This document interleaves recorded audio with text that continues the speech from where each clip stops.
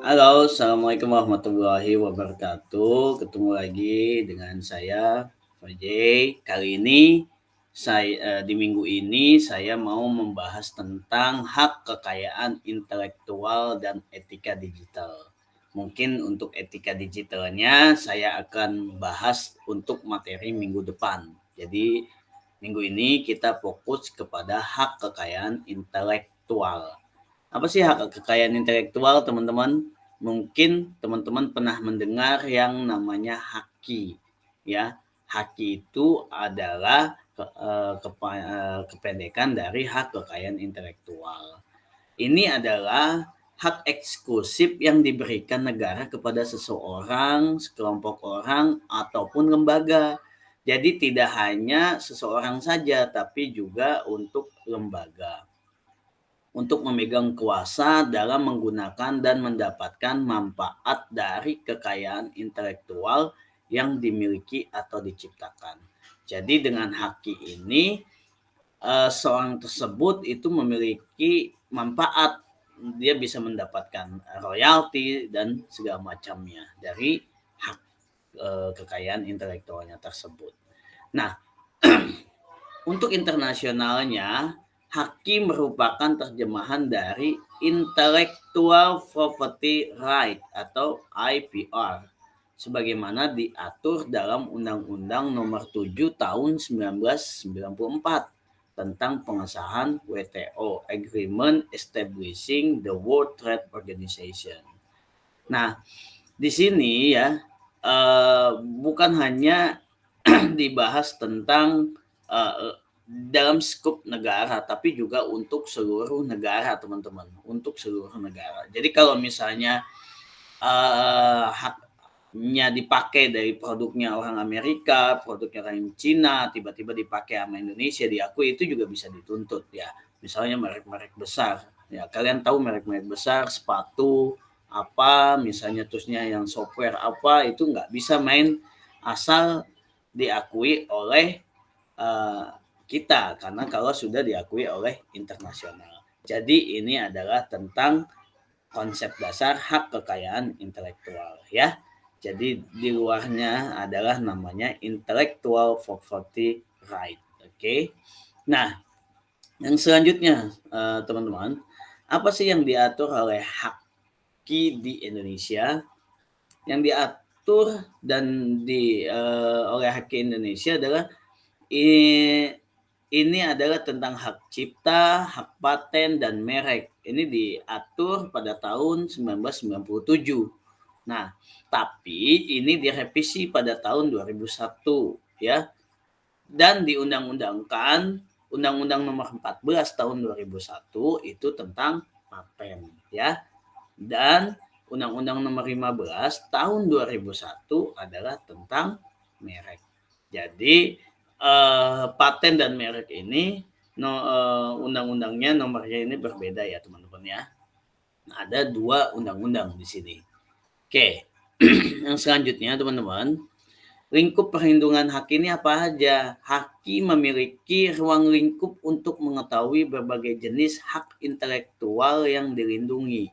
Nah, item-item dari haki apa saja? Yang pertama nih teman-teman, itu tentang hak cipta atau copyright.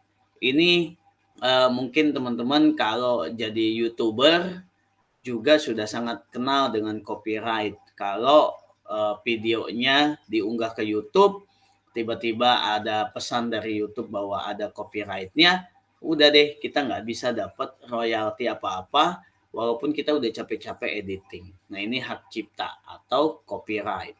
Nah yang kedua adalah hak milik industri, industrial property. Ini yang sangat ramai di dunia kalau kalian membaca berita perang antara Amerika dengan Cina tentang hak milik industrinya. Katanya orang Cina banyak datang ke Amerika itu mata-mata untuk mencari melihat hak-hak yang Amerika miliki lalu dipakai di Cina. Ini nih yang kayak begini kalau kalian baca. Adalah paten sebuah produk yang diciptakan ya. Terusnya paten sederhana merek dan indikasi geografis, ini nanti ada bahasanya semua, nanti saya kasih tahu di mana kalian bisa belajar lebih lanjut tentang hak-hak ini, tentang item-item ini. Karena di informatika ini kalian belajar tentang mengenal dulu. Mengenal, lalu nanti kalau mau lebih lanjut, nanti ada itemnya, saya akan kasih tahu di mana channelnya. Oke.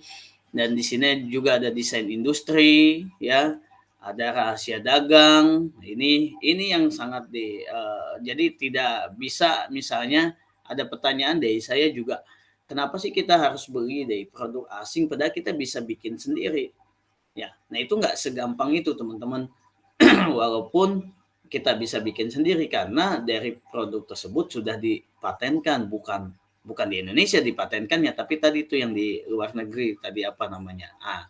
Oke, yang ke-8 desain tata letak sirkuit terpadu, 9 perlindungan varietas tanaman dan hak cipta copyright, dan 10 adalah melindungi sebuah karya. Juga banyak ada dan lain-lain. Di situ ada juga ya, teman-teman.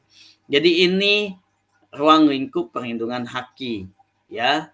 Itemnya banyak, teman-teman bisa nanti sekali lagi saya akan kasih tahu channelnya di mana. Lalu hasil karya atau ciptaan yang dilindungi oleh undang-undang itu apa saja, ya. Ini hasil karya atau ciptaan, ya. Yang tadi itu kan item-itemnya, yang ini lebih spesifik lagi.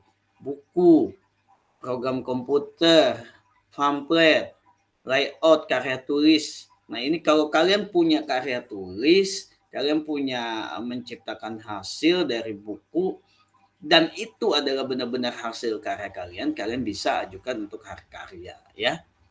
Cipta. Ceramah, kuliah, pidato, dan ciptaan lain yang diwujudkan dengan cara diucapkan. Seperti hal yang saya juga nih, kalau mau saya ajukan hak cipta nih, ya. Oke. Dan alat peraga yang dibuat untuk kepentingan pendidikan dan ilmu pengetahuan. Jadi kan banyak tuh ya untuk sekarang teknologinya sekarang yang untuk bisa membuat seperti ini pembelajaran jarak jauh, ada beberapa produknya, ya. Itu juga dihak ciptakan. Karya seni, misalnya apa nih? Seni rupa, lukisan. Kalau kalian punya lukisan dan itu belum pernah ada yang dibuat, silakan sekalian ajukan hak ciptanya, ya. Fotografi pun banyak sekali tuh. Nah, makanya lihat di bawah sini, kalau saya memposting gambar, memposting hal-hal apapun, itu pasti di bawahnya saya selalu menyertakan sumber dari gambar tersebut. Ciptaan lagu atau musik dengan atau teks. Nah, ini yang sering banget nih kalian pakai, tidak terasa kalian pakai, kalian posting di media sosial kalian. Ini harus hati-hati, ya. Terusnya drama, musika, pewayangan, ini juga bisa bentuknya karya seni atau arsitektur. Nah, ini adalah hasil karya atau ciptaan yang dapat dilindungi oleh Undang-Undang Hak Cipta, oleh Undang-Undang Hak Cipta. Kalau kalian merasa punya, silakan kalian daftarkan. Nah, lalu daftarinnya kemana sih? Nah, sebelum masuk ke pendaftaran, kalian perlu tahu juga nih, di mana kalau misalnya kalian melanggar hal-hal yang di atas, main akui saja, tanpa kalian membuat misalnya sumbernya dari mana, segala macam, itu bisa dituntut teman-teman oleh Undang-Undang Nomor 19 Tahun 2002. Yang pertama, kalau kalian dengan sengaja dan tanpa hak mengumumkan atau memperbanyak suatu ciptaan, ancamannya adalah paling lama 7 tahun penjara atau denda paling banyak 100 juta rupiah. Wah, besar sekali ya uangnya ya kalau kalian kena, ya. Terusnya B, menyiarkan, memamerkan, mendengarkan, atau menjual kepada umum. Nah, ini ya. Dengan sengaja, ini ancamannya 50 juta, teman-teman, ya. 50 juta. Terusnya melanggar ketentuan pasal 16, ancaman pidana paling lambat 3 tahun, denda sebanyak 25 juta. Dan yang terakhir adalah ini 15 juta. Mungkin ini garis besarnya saja. Sebenarnya banyak sekali yang undang-undangnya, tapi ini adalah nominal dan masa yang bisa dituntut ke seorang jika mereka melanggar undang-undang hak ciptanya. Ini saya kutip dari sumbarprop.go.id ya. Oke. Nah, yang tadi kita bahas, lalu kalau kalian punya hak cipta, kalian mau daftarin gimana caranya ya, teman-teman? Ini caranya, prosedur pendaftaran hak cipta. Nah, ini kalian nggak masuk ke menunya, ini saya kasih lihat. Nah, ini dia tampilannya, teman-teman. Ini adalah online-nya, masuk ke dgip.go.id. DGIP itu apa sih? Direktorat Jenderal Kekayaan Intelektual Kementerian Hukum dan HAM Republik Indonesia. Nah, ini kalian masuk ke sini. Nah, ini apa saja prosedurnya? Nah, yang pertama registrasi akun. Pilih pengajuan pencatatan digitalnya, isi seluruh formulir yang disediakan, unggah data dukung yang dibutuhkan, ada pembayarannya, nanti nominalnya diketahui, dan pemeriksaan formalitas. Jadi sebelum diperiksa, ya kalian harus lakukan tahapan-tahapan ini. Kalau ternyata lolos, masuk ke verifikasi, lalu pencatatan ciptaan disetujui, lalu kalian dapat sertifikat. Lebih jelasnya coba kita lihat videonya yang ini ya teman-teman ya.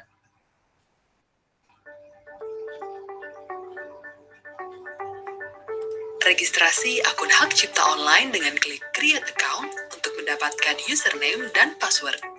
Lengkapi seluruh isian dengan data yang benar seperti email, nama, nomor KTP, tempat tanggal lahir, dan seterusnya.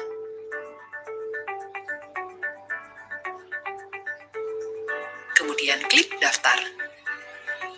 Cek email verifikasi hak cipta online pada kotak masuk email Anda, kemudian klik tautan yang ada pada email tersebut. Untuk pengajuan pencatatan ciptaan, pilih menu hak cipta, kemudian klik permohonan baru.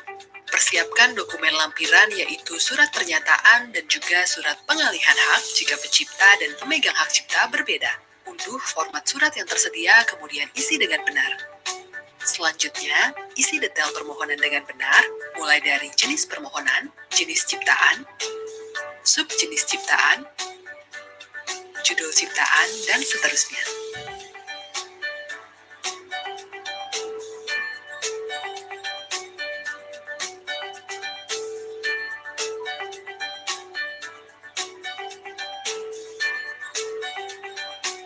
Jika pengajuan dilakukan oleh kuasa, maka lengkapi data diri kuasa dan lampirkan surat kuasa pada lampiran. Kemudian, masukkan data pencipta dan data pemegang hak cipta. Data pencipta dan data pemegang hak cipta dapat diisi lebih dari satu nama dengan mengklik tombol tambah dengan urutan susunan yang diinginkan.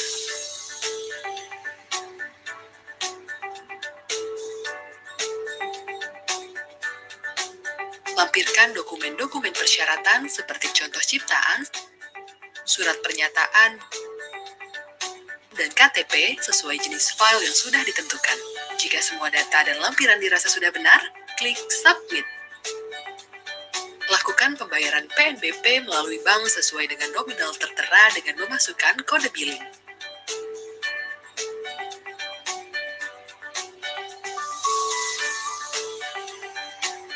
Setelah dilakukan pembayaran, maka DJKI akan melakukan verifikasi terhadap permohonan yang masuk.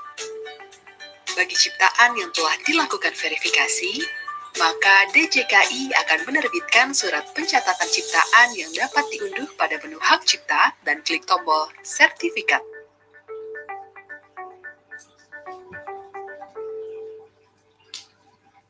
Nah, itu adalah langkah-langkah untuk teman-teman bisa mengajukan hak ciptanya ya teman-teman ya. Nanti di sini juga ada, silakan kunjungi dgip.go.id. Kalau tadi saya sampaikan, kalau kalian mau belajar tentang hal-hal tentang hak cipta lebih banyak, ini ada channelnya DJKI Kemenkumham. Di sini kalian bisa banyak belajar tentang hak cipta teman-teman ya. Oke, nah selanjutnya teman-teman, setelah kalian belajar dari sini, apa sih yang bisa kalian pelajari ya? Jadi artinya kalian ini mulai saat ini usahakan menggunakan produk orang lain itu dengan hati-hati. tidak langsung mengakui bahwa itu adalah milik kalian. Cek and recheck dulu di website yang tadi apakah itu bisa kita akui hak paten kita, hak milik kita atau tidak. Nah, usahakan juga mulai dari sekarang juga produk-produk yang ada di kalian gunakan ini semuanya berlisensi ya. Jangan langsung main pakai khususnya di bidang komputer ya teman-teman ya. Banyak kalian beli lalu kalian menggunakan produk-produk yang tidak berlisensi. Kalau sekarang pakai produk yang seperti itu akan bisa membuat sistem operasinya tidak begitu baik. Oke, terima kasih buat pertemuan kali ini. Nanti jangan lupa isi form evaluasinya teman-teman untuk mengecek apakah kalian memahami konsep atau tidak. Terima kasih. Assalamualaikum warahmatullahi wabarakatuh.